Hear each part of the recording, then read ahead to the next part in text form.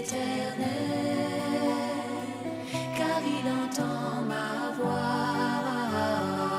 Il a penché vers moi son oreille, et je le chanterai toute ma vie.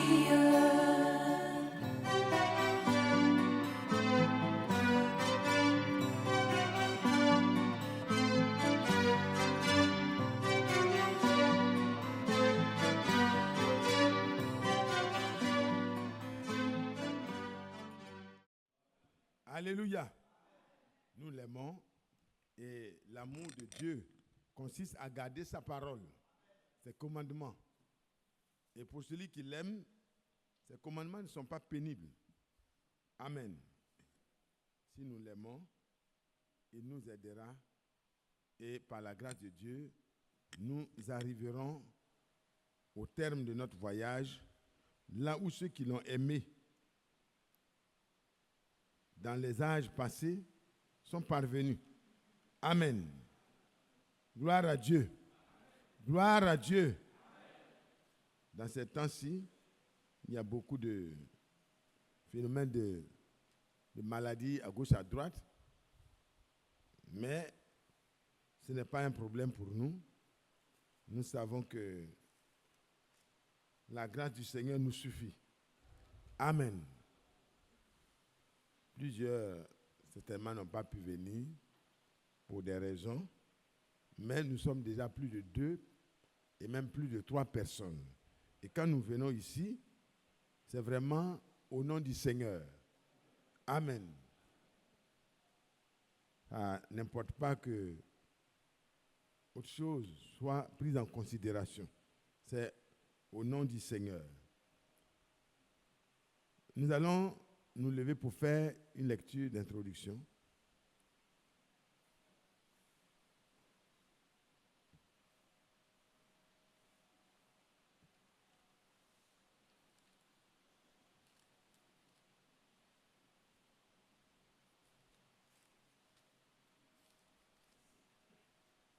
Nous allons prendre comme sujet la foi.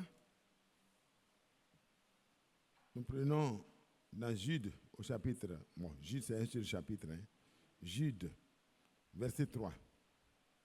Bien-aimés, comme je désirais vivement vous écrire au sujet de notre salut commun, je me suis senti obligé de le faire afin de vous exhorter à combattre pour la foi qui a été transmise aux saints une fois pour toutes.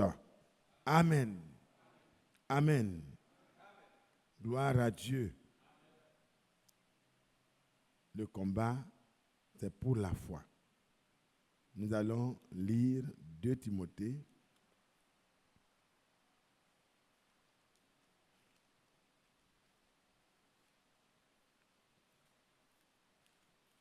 Deux Timothée, au chapitre 4.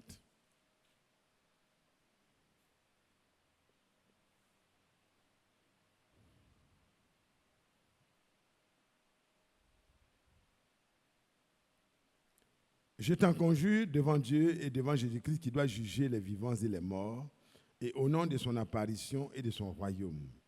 Prêche la parole, insiste en toute occasion, favorable ou non. Reprend, censure, exhorte, avec toute douceur et en instruisant.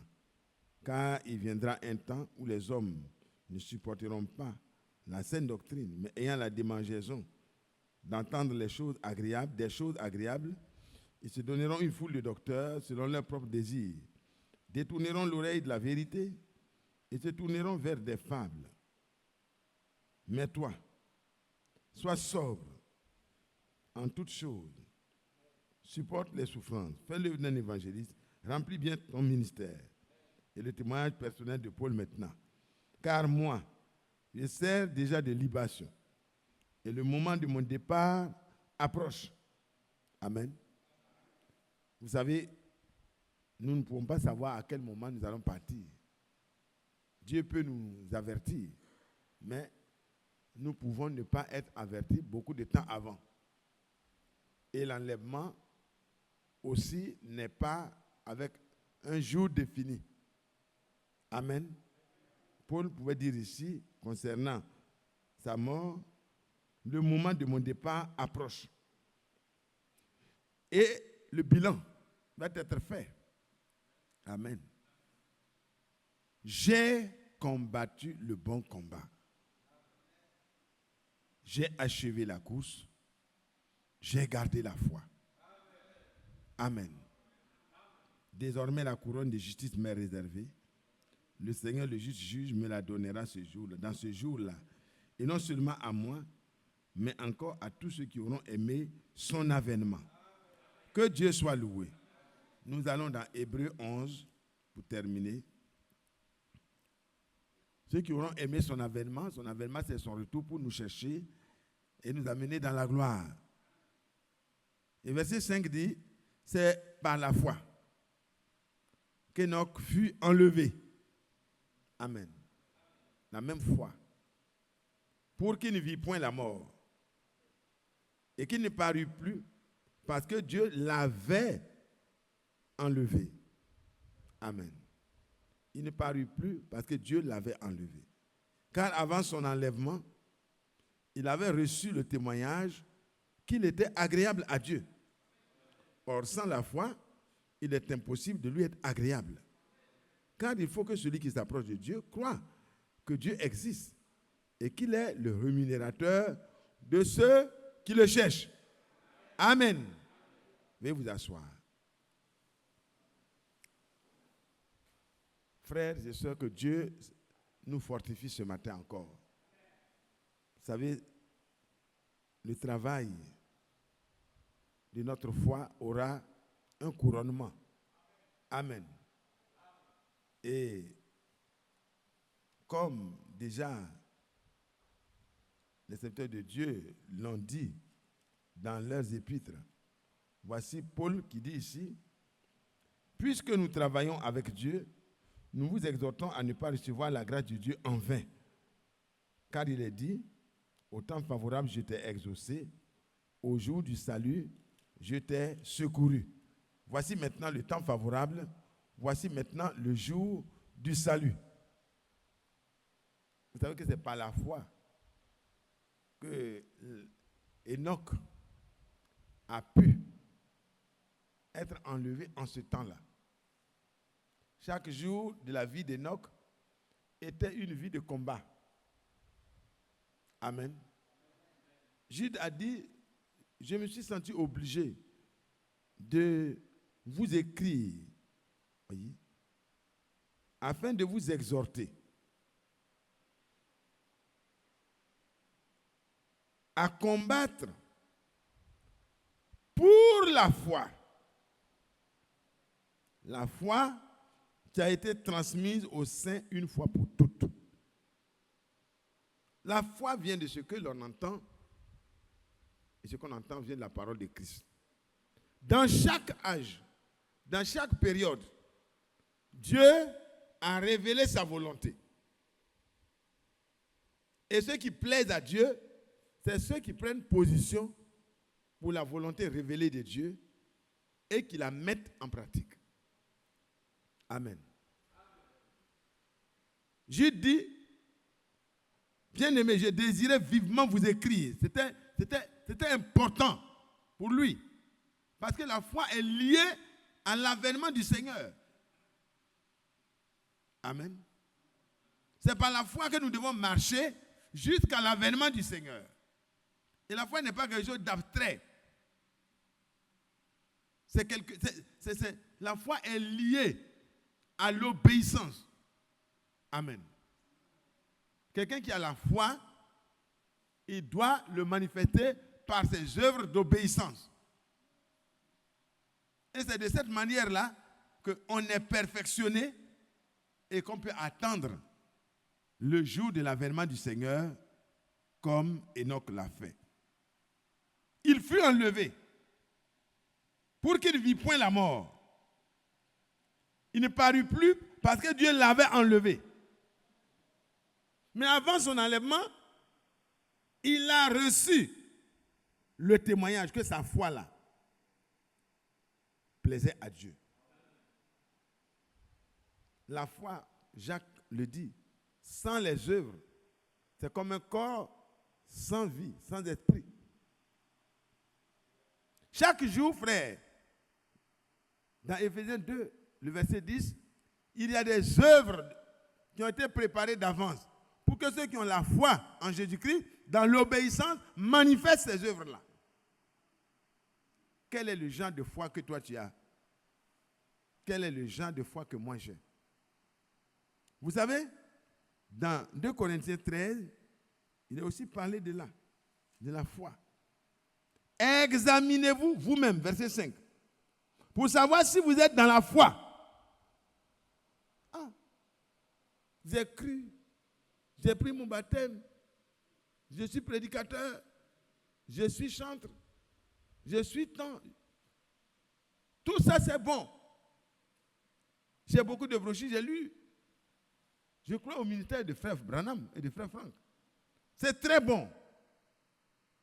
Mais voici ce que dit l'homme de Dieu à une église comme Corinthe qui avait beaucoup de dons et beaucoup de choses.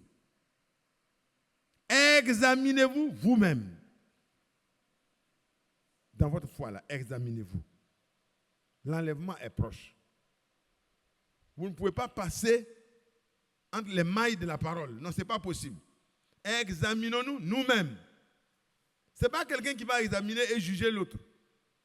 C'est toi-même, mon frère. C'est moi-même. Je dois m'examiner. Parce que le combat, là, ce n'est pas contre un frère, ce n'est pas contre une sœur. C'est pour la foi. La foi qui a été transmise au sein une fois pour toutes. Dans chaque âge, Dieu alimente cette foi-là par la révélation qu'il accorde. Qu'en est-il de toi? Éprouvez-vous vous-même. Ne reconnaissez-vous pas que Jésus-Christ est en vous? À moins peut-être que votre épreuve soit un échec. Amen. Il faut s'examiner. Il faut vérifier. Il faut s'assurer. Parce que avant d'aller à l'aéroport, pour ceux qui ont l'habitude de voyager, il faut être sûr que tu as tous les documents afférents au voyage. Il ne suffit pas de chanter, je vais à Bruxelles, je vais à Paris, je vais à tel endroit. Ça ne suffira pas pour que tu voyages. Il faut examiner les éléments qui sont afférents au voyage. Et ici, l'apôtre nous dit de nous examiner nous-mêmes pour savoir si nous sommes dans les conditions de la vraie foi. Parce que la foi, c'est une ferme assurance des choses qu'on espère. On espère comment? C'est quand Dieu a parlé qu'on peut avoir la foi, l'espérance des choses de manière ferme. Est-ce que ce que Dieu a dit là, tu as pris ça au sérieux dans ta vie de chaque jour? La foi prend en compte tous les domaines. Dans le foyer, une femme peut dire, j'ai la foi. Oh, j'ai la foi, frère. Mais allez-y. Dans Jacques, vous allez voir. Le combat, c'est pour la foi. Et donc, chaque jour, nous devons nous examiner pour voir notre foi là. C'est de quelle foi? Est-ce que c'est la même foi que notre père Abraham? Ou bien c'est une foi qui était différente? Et pour l'apôtre Jacques dit, prenez, s'il vous plaît,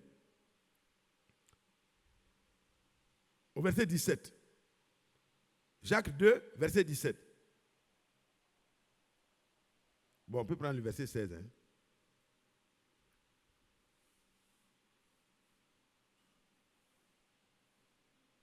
Bon, on peut prendre verset 17. Il en est ainsi de la foi. Si elle n'a pas les œuvres, elle est morte en elle-même. Quelqu'un dira, toi, tu as la foi. Et moi, j'ai les œuvres. Les œuvres préparées d'avance par Dieu là. Je manifeste ça. Alors, moi j'ai les œuvres. montre-moi ta foi sans les œuvres. Et moi, je te montrerai la foi que j'ai par mes œuvres. Frère, il y a beaucoup de choses qui seront une surprise désagréable pour beaucoup de personnes. Le temps est à l'examen de notre foi. C'est de quelle foi il s'agit? Est-ce que c'est la foi qui a été transmise une fois pour toutes?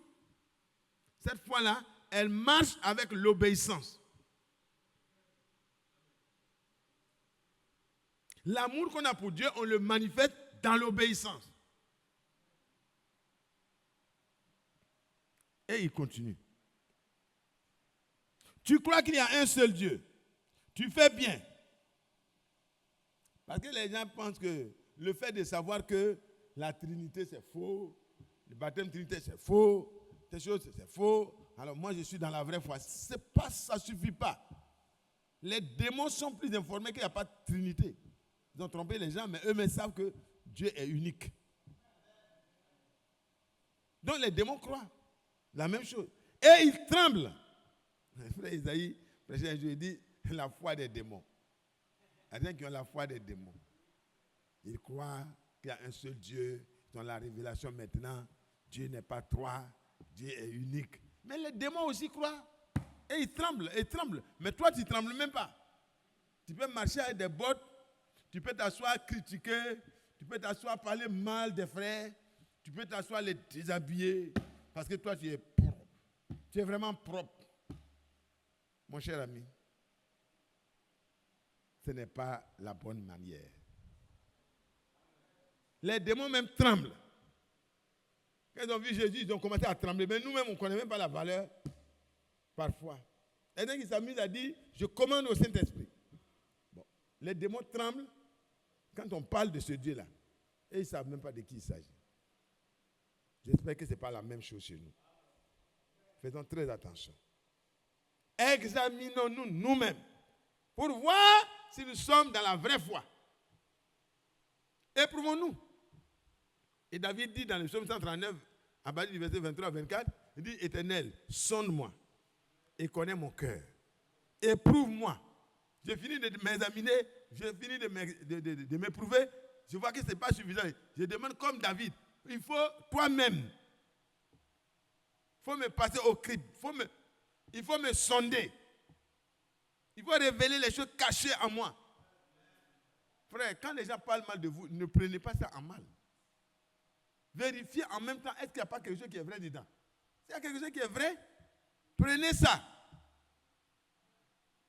Et mettez de l'ordre.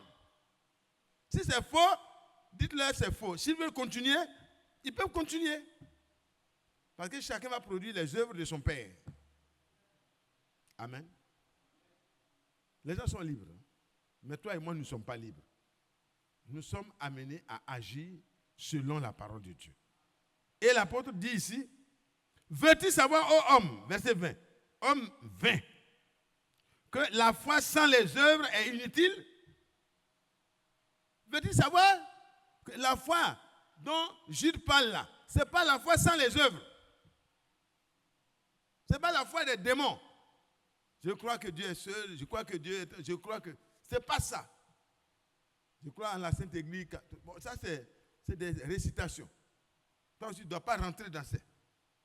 Tu dois aller au-delà. Veux-tu savoir, ô homme vain?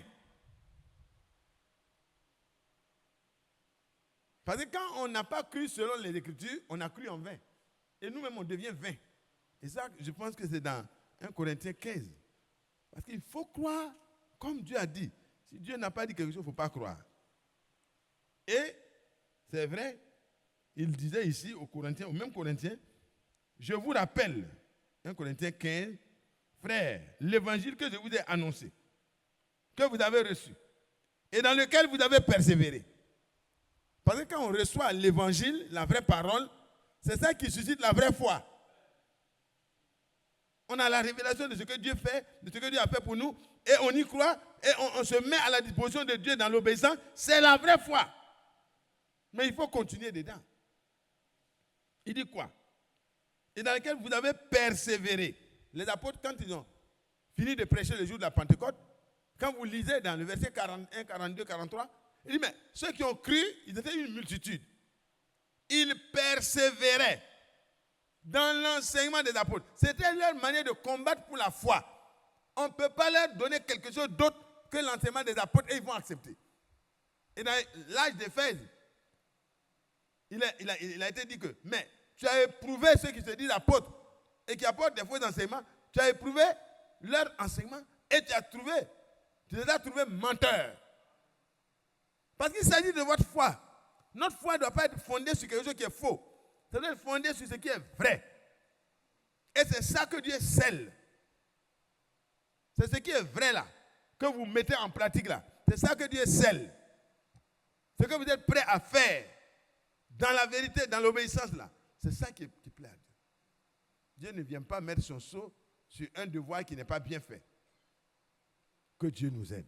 Et il dit ici, et par lequel vous êtes sauvés, si vous le retenez tel que je vous l'ai annoncé. Autrement, vous auriez cru en vain. Amen. Vous auriez cru en vain. Donc, on peut croire en vain. On peut croire en vain. Et là, ce n'est pas bon. Parce que croire en vain, c'est travailler pendant tout un temps, et puis on arrive à la fin, on voit qu'il n'y a pas, on n'a pas bougé. On n'a pas bougé. L'apôtre Paul a dit, j'ai combattu le bon combat. J'ai achevé la course que j'avais démarrée avec le Seigneur. J'ai gardé quoi? La foi. Le combat là, ça s'agissait du combat de la foi. Ce n'est pas un autre combat. J'ai soutenu de grands combats pour vous. Pourquoi? Parce que je ne veux pas que des choses qui n'apportent pas la vraie foi vous soient données. Parce que si votre foi n'est pas fondée sur la parole de Dieu, vous avez cru en vain. Maintenant, si la vraie révélation vous est donnée, vous devez la mettre en œuvre, en pratique. C'est là que ça devient la vraie foi dont les apôtres parlent. Ce n'est pas la connaissance seulement. La connaissance est bonne, mais quand elle est sans obéissance, elle enfle. Donc ici, Jacques dit, veux-tu, Jacques 2, verset 20, veux-tu savoir, ô homme vain, tu as laissé la réalité de la parole, la pratique de la parole, et tu parles de foi. Non. Homme vain, veux-tu savoir que la foi sans les œuvres est inutile? Or que c'est par la foi que Enoch fut enlevé pour qu'il ne vive pas la mort. Donc on ne peut pas dire que la foi est vaine. Non. On ne peut pas dire que la foi est inutile. Mais la foi qui se comporte sans les œuvres telles que les premiers l'ont eu, ce n'est pas la foi de nos pères les apôtres. Amen. Examinons-nous pour voir de quelle foi nous sommes animés. C'est quelle foi? Frères et sœurs, c'est quelle foi?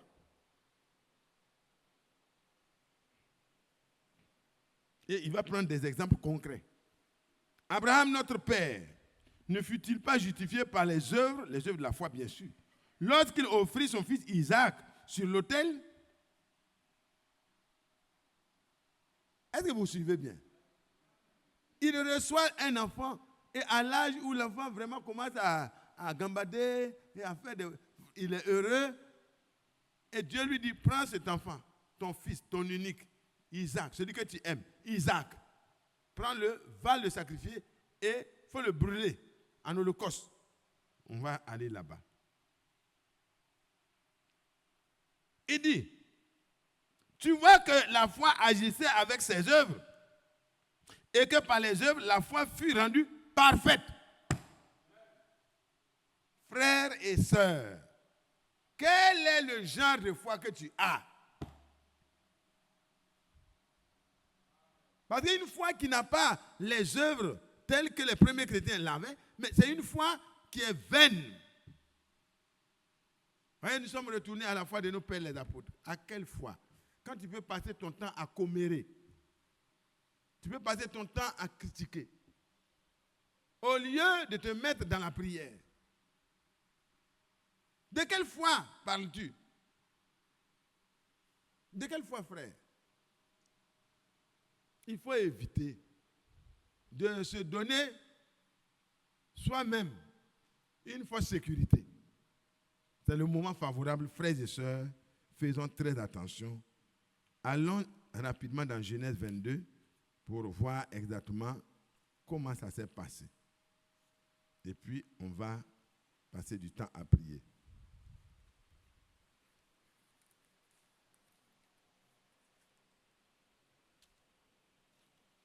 Genèse 22. Genèse 22.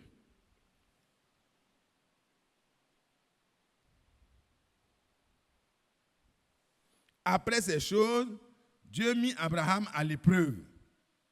Et la Bible dit, éprouvez-vous vous-même. Amen. Vous éprouvez, ça veut dire, quand l'épreuve vient là, il faut composer. Amen. Il faut composer pour connaître ta valeur. La valeur de ta foi là, c'est quand on finit la composition et puis on corrige, c'est là que tu peux dire que tu es un bon élève. Un bon étudiant. Donc Abraham va être éprouvé. Amen. Dieu va faire l'évaluation. L'évaluation de cet homme, cet élève, cet étudiant de Dieu. Dieu va faire son évaluation. Il va le mettre à l'épreuve. L'épreuve n'est pas faite pour nous donner des douleurs, non. Elle est faite pour nous donner une qualification supérieure. Mais c'est quand l'obéissance est manifestée. Alors Dieu va parler à Abraham. Et Dieu lui dit, Abraham! Et il dit, me voici. C'est personnel, hein? Il n'a pas pris Abraham et Sarah et tout le monde pour dire, je vais vous éprouver. Non, chacun a son épreuve. Mais dans l'épreuve, quelle est l'attitude que tu as? Est-ce que tu montres que tu as vraiment confiance en Dieu? Abraham connaissait Dieu. Mais sa foi fut mise à l'épreuve. Et l'apôtre Paul dit aux Corinthiens, examinez-vous vous-même pour voir vraiment si votre foi est la même foi que la foi d'Abraham. Parce que la foi d'Abraham a été éprouvée.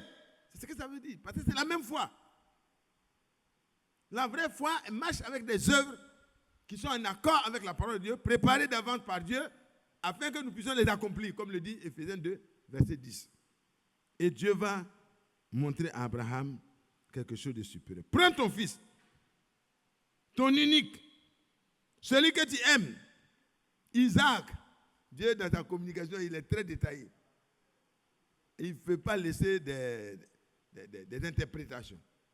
Est-ce que ça, là, on a besoin d'interprétation? Non, c'est clair. Il s'agit de bien Isaac. Il dit ton fils, bon, c'est beaucoup vague, parce qu'il peut trouver Ismaël, peut trouver... Mais là, Dieu est précis. Et le Seigneur va lui dire, va-t'en au pays de Morija. Et là, tu prends ton fils, tu vas à 3 jours de marche. Et là, offre-le en holocauste sur l'une des montagnes que je te dirai. Ça dit que tu m'aimes, non? Ça dit que tu es avec moi. Dans Genèse, au chapitre 15, il est dit, Abraham crut Dieu. Abraham crut Dieu. Donc, il était un homme de foi. Maintenant, la foi d'Abraham est mise à l'épreuve, en examen, pour vérifier, pour rendre encore plus parfaite. Amen. Nous avons lu que l'épreuve amène notre foi à la perfection. Et ici, le but de Dieu, c'était d'amener la foi d'Abraham à la perfection pour qu'il devienne vraiment une source de bénédiction. Abraham se leva de bon matin, sella son âne, prit avec lui 2 serviteurs et son fils Isaac. Il fendit du bois pour l'holocauste et partit pour aller au lieu que Dieu lui avait dit. D'abord, déjà, il se lève et il commence l'obéissance. Mais l'obéissance doit aller jusqu'au terme. Frère, c'est comme quand nous sommes malades. et que le Seigneur dit par ses médecines, nous sommes guéris. Frère, quand la maladie redouble d'efforts, qu'est-ce qu'il faut faire? Il ne faut pas désarmer. Tu as un problème, tu as un besoin, tu penses que ça allait être résolu de telle ou telle manière, mais ça n'arrive pas. Qu'est-ce qu'il faut faire? Soyez et demeurez certains que Dieu a sa main sur vous et que tout ce qui vous concerne, le Seigneur s'en occupera. Mais il veut une position de fermeté et d'obéissance. Abraham se leva, il ne comprend pas bien comment ça va se passer, mais il sait que Dieu est bon. Il partit. Le 3e jour de marche, voyez, Abraham, levant les yeux, vit le lieu de loin. Il a vu là où il devait faire le travail. Parfois, quand on s'approche, on pense qu'en route, Dieu va changer de chemin. Non. Ne faites pas ça. Ayons confiance que Dieu, là, il tient les rênes de notre vie. Tout ce qui nous concerne là, Dieu est directement impliqué. Mais il fera chaque chose selon son plan. Et Abraham dit à ses serviteurs, restez ici avec l'âne. Moi et le jeune homme, nous irons jusque là pour adorer et nous reviendrons auprès de vous. Voilà la foi. Ah, ce n'est pas une affaire de famille, hein? C'est personnel. C'est lui qui devait sacrifier l'enfant. Il fallait l'enfant, que l'enfant soit là, parce qu'il doit activer sa foi. Il doit manifester sa foi. Il doit témoigner sa foi. Il doit témoigner sa confiance.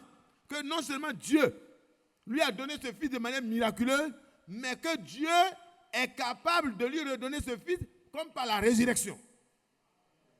Il avait une certitude en lui que Dieu ne lui voulait pas de mal. L'épreuve était difficile. Ton fils, ton unique, celui que tu aimes, Isaac, va le tuer et puis tu vas le brûler pour que moi je sente l'odeur.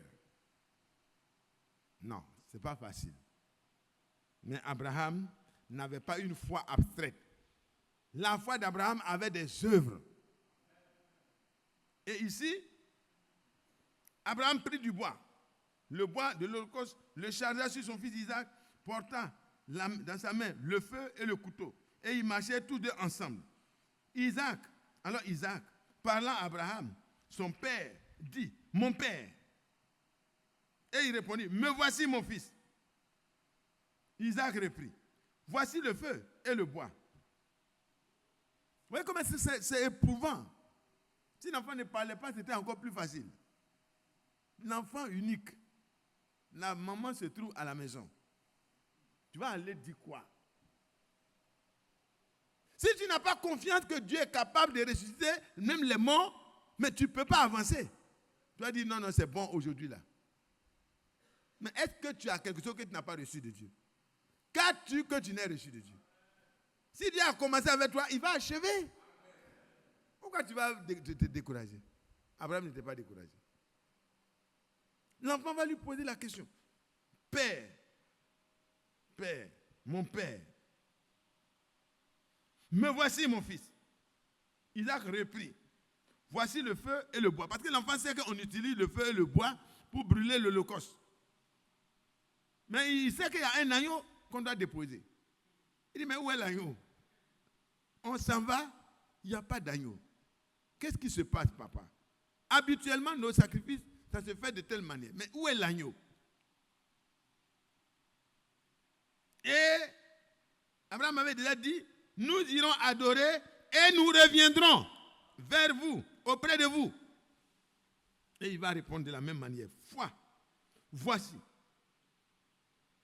Abraham répondit, mon fils, Dieu se pourvoira lui-même de l'agneau pour l'Holocauste.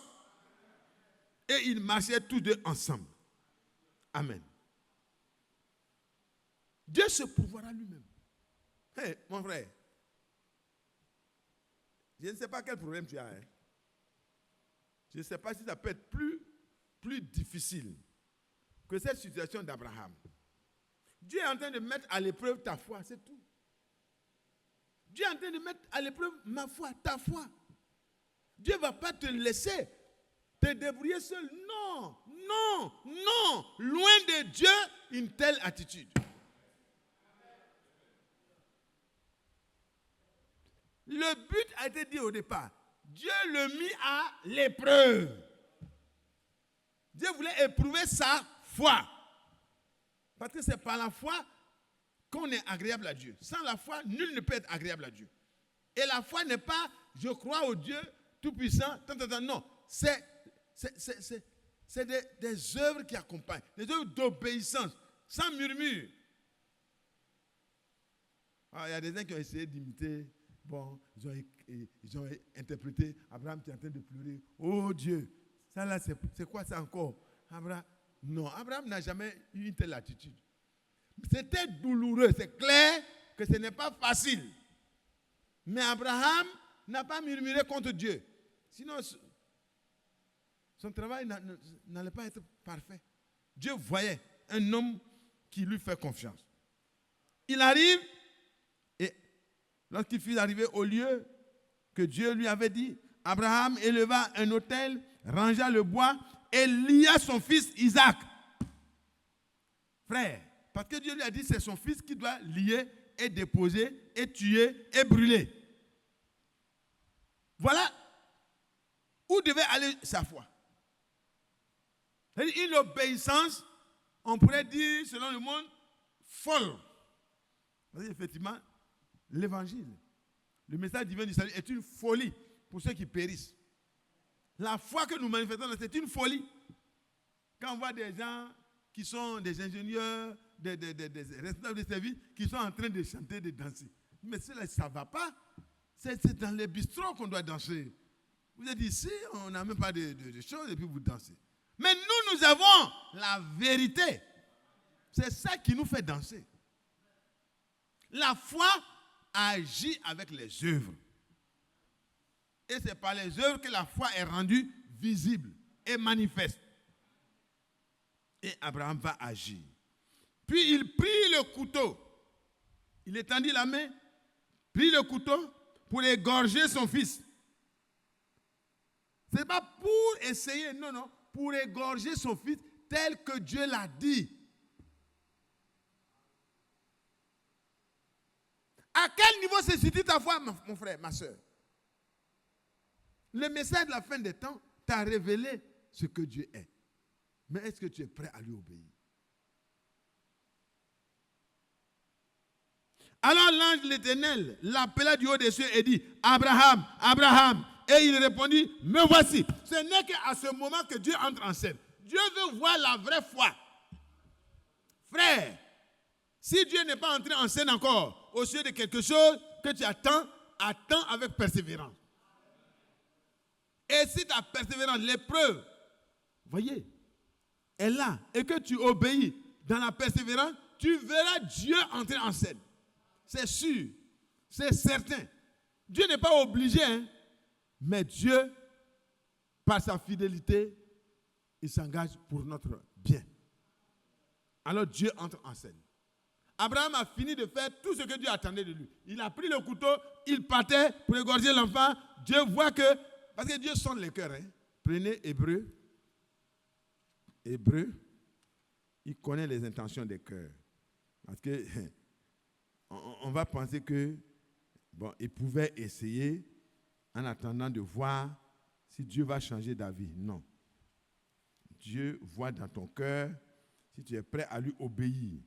Et si tu es prêt, Dieu, il voit déjà dans ton cœur que tu es prêt. Amen. Il dit, car la parole de Dieu est vivante et efficace, plus tranchante qu'une épée quelconque à deux tranchants. Hébreux 4, verset 12. Pénétrante jusqu'à partager âme et esprit, jointure et moelle. Elle juge les sentiments et les pensées du cœur. Donc la parole de Dieu, l'esprit de Dieu, la parole de Dieu, qui est esprit et vie, elle juge les sentiments et les pensées du cœur. Donc Dieu voyait que Abraham, là, il n'était pas en train de faire une mise en scène. C'était réel. Il était prêt à sacrifier son fils et à brûler ce dernier avec le feu, mais en même temps, il était sûr que de ces cendres-là, son fils allait se relever pour qu'il rejoigne ses serviteurs. Il était certain. Comment Dieu va faire? Il ne peut pas demander à Dieu comment il va faire, puisque Dieu, il est Dieu. Il amène à l'existence ce qui n'existe pas. Abraham.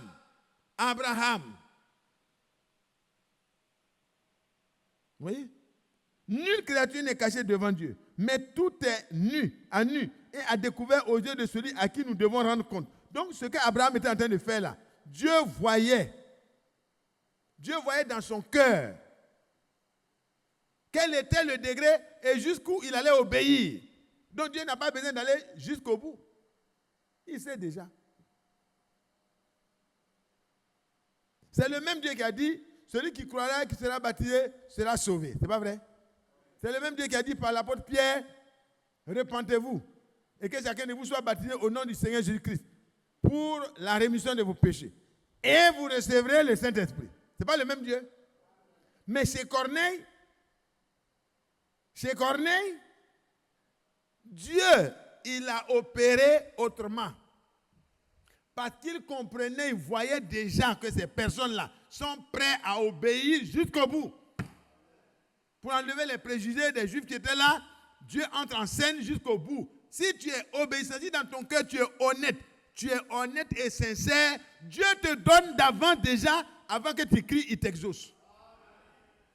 Frère, le Seigneur veut que notre foi, notre obéissance, voyez, les œuvres de notre foi soient rendues manifestes. Et Dieu montrera la différence entre ceux qui croient et ceux qui ne croient pas. Oh, Dieu attend de toi la même foi. Et Dieu va lui dire, Abraham, et il répondit, me voici.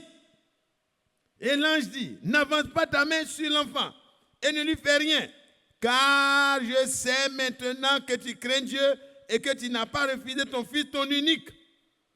Alléluia. Je sais maintenant. Est-ce que vous pensez que Dieu ne voyait pas?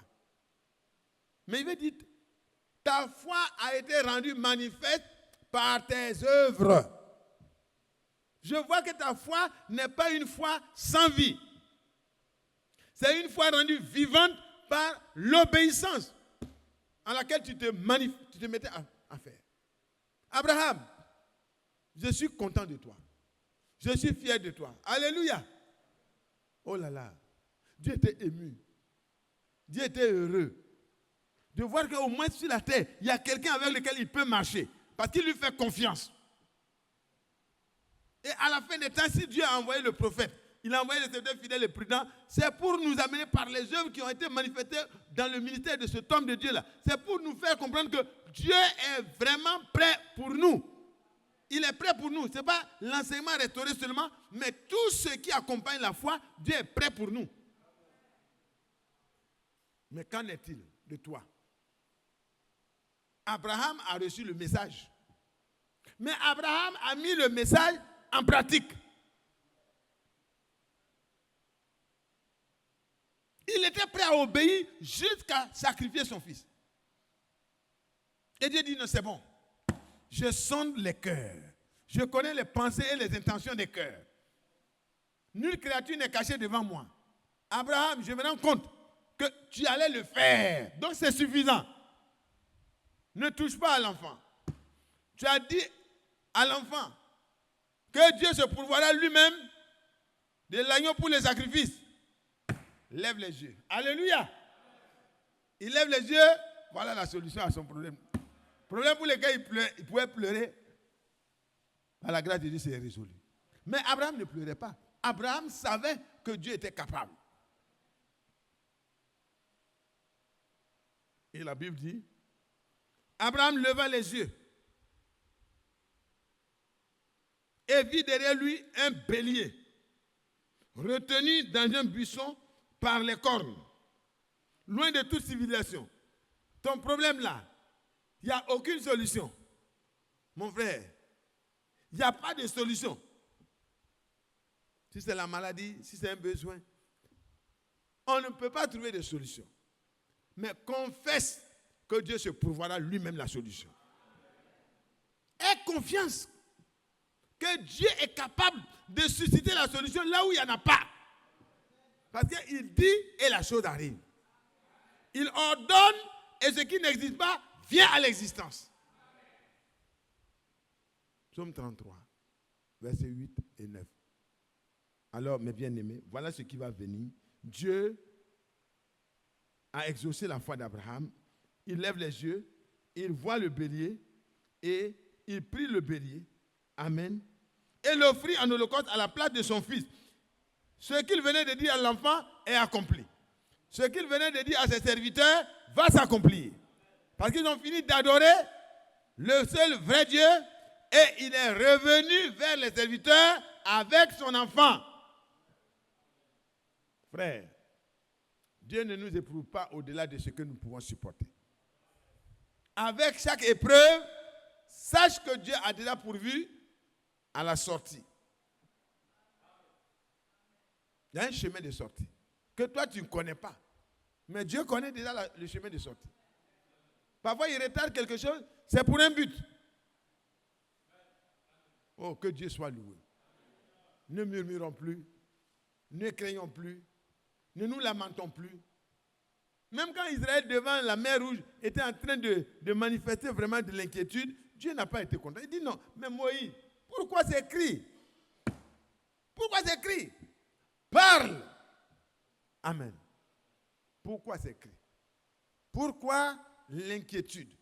Pourquoi tant de soucis? Le stress tue beaucoup aujourd'hui. Le stress. Les soucis, ça tue. Les docteurs sont là.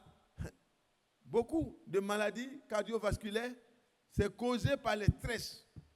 Quand on ne croit pas Dieu, notre situation, notre problème, on prend ça, on dort avec, on se lève avec, on s'inquiète, on s'inquiète, on s'inquiète. On prend une maladie pour ajouter à notre incrédulité.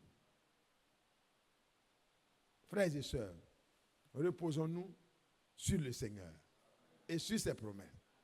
Je vous en supplie. Le temps est proche. Le jour de l'avènement du Seigneur est proche.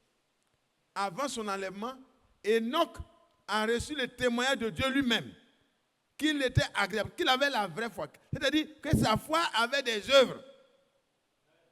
Amen. C'est ça la vraie foi. Enoch combattait chaque jour pour que toute sa vie soit vraiment la manifestation de sa confiance en Dieu. Il marchait chaque jour dans ce que Dieu lui a dit. Et un jour, il a fait un dernier pas. Sa foi a été rendue parfaite par les œuvres, par l'obéissance. On ne doit pas avoir une foi pour un jour, pour 2 jours. On doit persévérer dans le combat de la foi jusqu'à la fin. Et Dieu va lui dire. Abraham donna à ce lieu le nom de Jéhovah Jireh. C'est pourquoi l'on dit aujourd'hui, à la montagne de l'Éternel, il sera pourvu. L'ange de l'Éternel appela une seconde fois Abraham des cieux et il dit, je le jure par moi-même, parole de l'Éternel, parce que tu as fait cela et que tu n'as pas refusé ton fils, ton unique, je te bénirai et je multiplierai ta postérité comme les étoiles du ciel et comme le sable qui est sur le bord de la mer. Et ta postérité possédera la porte de ses ennemis. Et toutes les nations de la terre seront bénies en ta postérité parce que tu as obéi à ma voix. La foi marche avec l'obéissance. Sinon, c'est la foi des démons. La foi qui ne va pas avec l'obéissance, ce n'est pas la vraie foi pour laquelle on doit combattre. Non. Si vous voyez que les apôtres, les martyrs, ont eu à donner leur vie, c'est parce qu'ils ne voulaient pas abandonner ce qui est vrai. Ils voulaient demeurer dans la vérité. Leur combat, c'était pour garder la vérité et passer le relais à la génération suivante. Ils combattaient pour que la vérité ne soit pas éteinte. Et depuis, Paul a passé le relais à Irénée, après à Martin, après à Colomban, après, voyez, de passage à témoin jusqu'à ce que le frère Branham arrive. Et Dieu lui a confié tout ce qu'il fallait restaurer pour que les enfants de Dieu, que vous et moi nous sommes, nous puissions avoir les mêmes arguments que les premiers chrétiens pour manifester vraiment notre foi en lui, dans l'obéissance. Frères et sœurs, examine-toi toi-même pour voir si tu es dans la foi. Parce que l'enlèvement est conditionné à la vraie foi. On ne peut pas être enlevé sans être dans l'obéissance de la foi. C'est clair. Même pour recevoir le salut, il faut être prêt à obéir. L'apôtre Pierre a dit que tous les témoins, tous les prophètes rendent de lui le témoignage que quiconque croit en lui reçoit par son nom le pardon de ses péchés. Quiconque croit en lui. Est-ce que c'est répété, je crois en lui? Non. Dans la maison de Corneille, quand ils ont entendu comment le pardon des péchés est reçu, ils ont mis le cœur à la disposition de Dieu. Et la Bible dit que Dieu qui connaît les cœurs a purifié le cœur par la foi. Ils étaient prêts à obéir à Dieu dans tous les moindres détails. Et Dieu voyait ça d'avance. Et comme Dieu voyait ça d'avance, Dieu leur donne le Saint-Esprit d'avance. Amen. Terminé. L'arrêt de la marche, les hommes ont dit, est-ce qu'on peut refuser de baptiser ceux qui ont reçu le même Saint-Esprit que nous? Ça dit que les doutes, les questions, Dieu a réglé ça lui-même. Pour ce qui te concerne, le Seigneur veut que tu sois confiant en lui. Parce que celui qui s'approche de Dieu doit croire que Dieu existe et qu'il rémunère. Il paye le salaire. L'enlèvement, c'est le plus haut degré. Si on est enlevé, on a tout. Le ciel est pour nous, la terre est pour nous. Alléluia. Hérité de Dieu, co-hérité de Christ. Quand le Seigneur a fini son travail, il pouvait dire, Père, je t'ai glorifié sur la terre. Glorifie-moi de la gloire que j'avais auprès de toi. Et la voix retentit. Je l'ai glorifié et je l'ai glorifié encore. Alléluia. Quand il a fini son travail, pendant qu'il bénissait les apôtres, il a été élevé au ciel.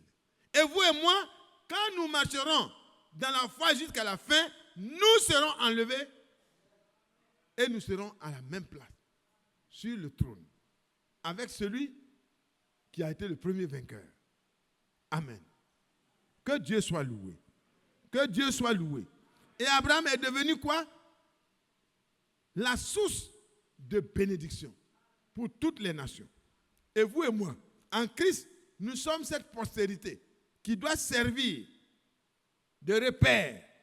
Cette postérité qui doit avoir la victoire partout. Amen. Alors que la victoire, c'est par la foi. Vous voyez, prenez Galates au chapitre 3. Galates au chapitre 3. Au verset 29. Et si vous êtes à Christ, vous êtes donc la postérité d'Abraham, héritier selon la promesse.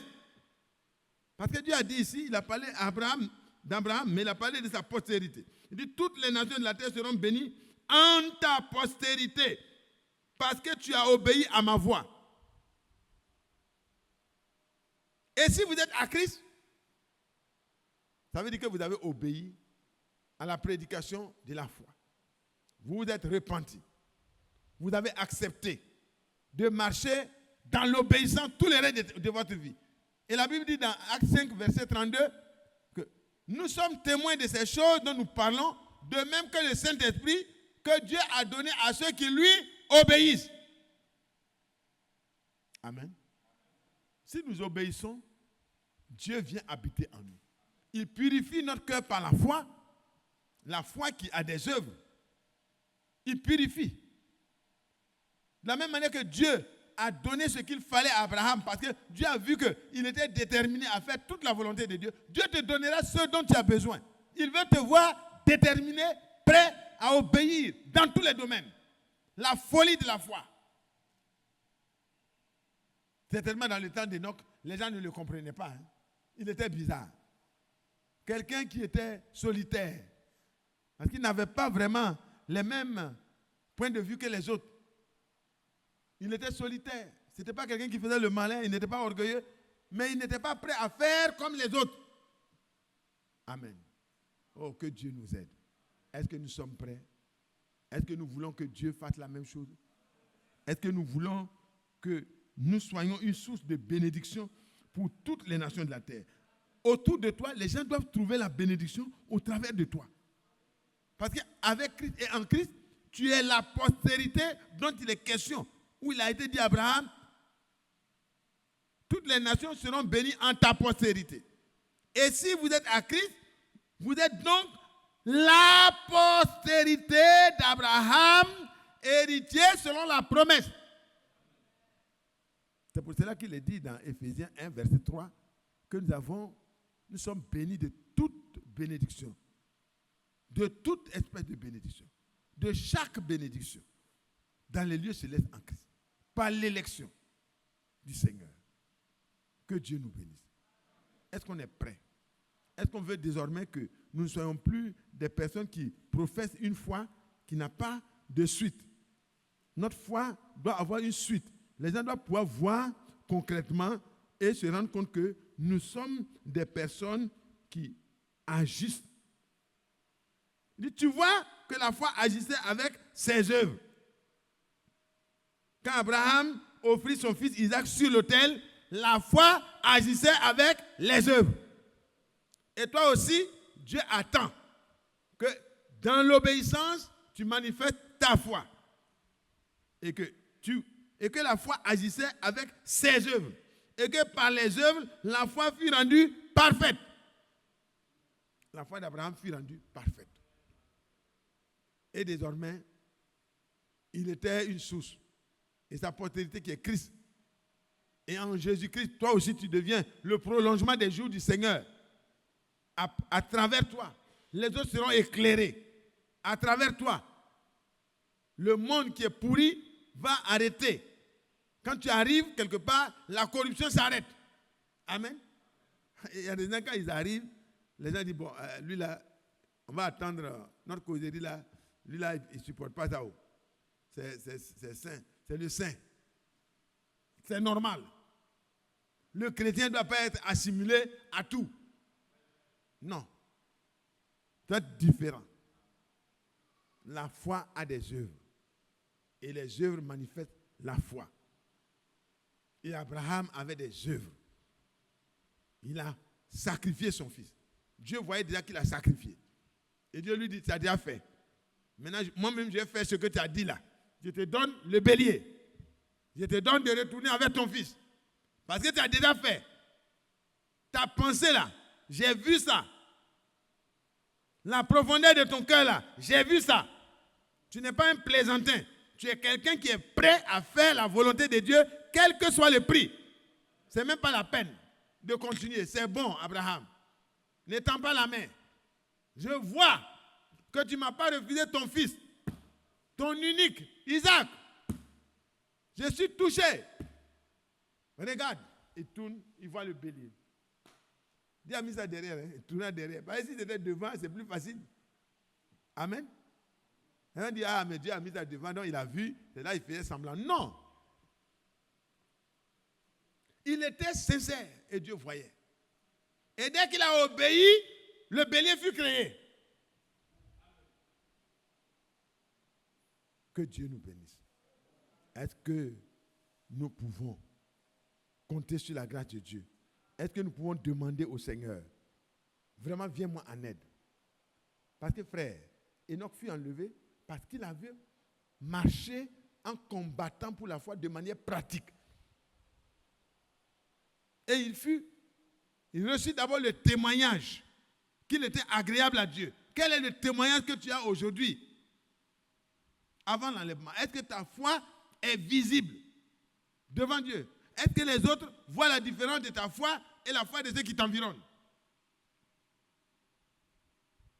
Est-ce que c'est le même comportement, les mêmes paroles, les mêmes commérages? Non.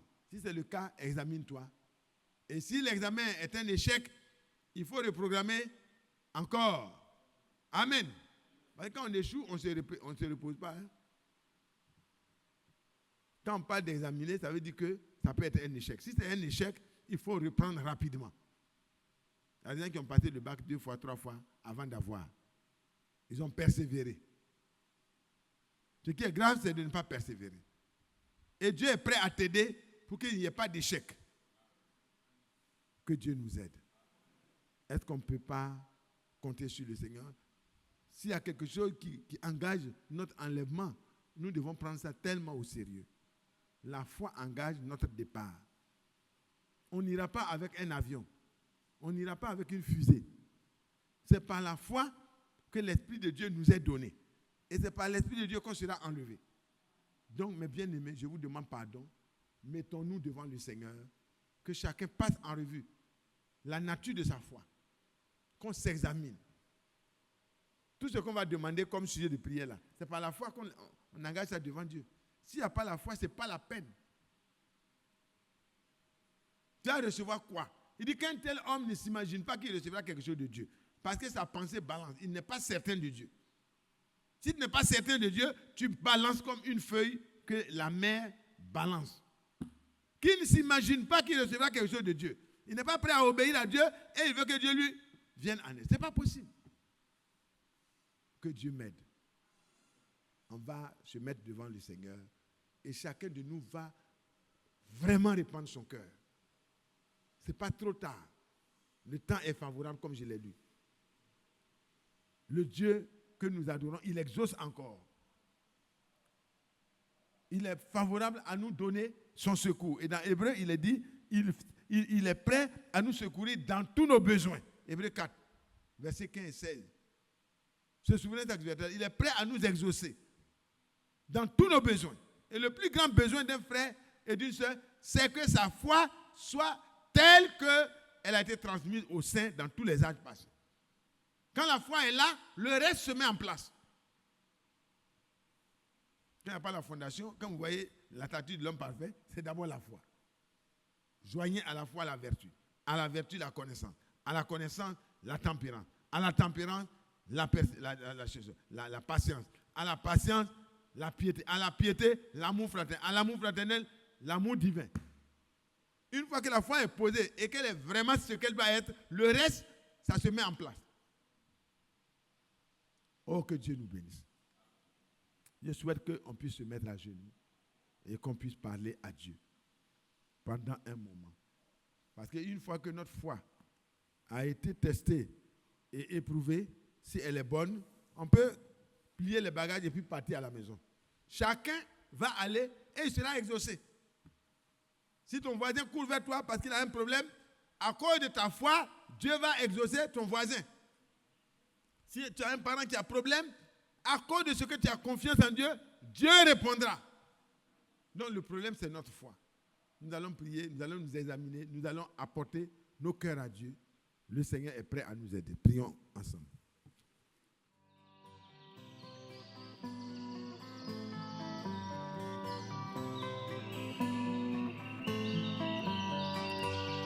J'aime l'Éternel, car il entend ma voix. Il a penché vers moi son oreille, et je le chanterai toute ma vie.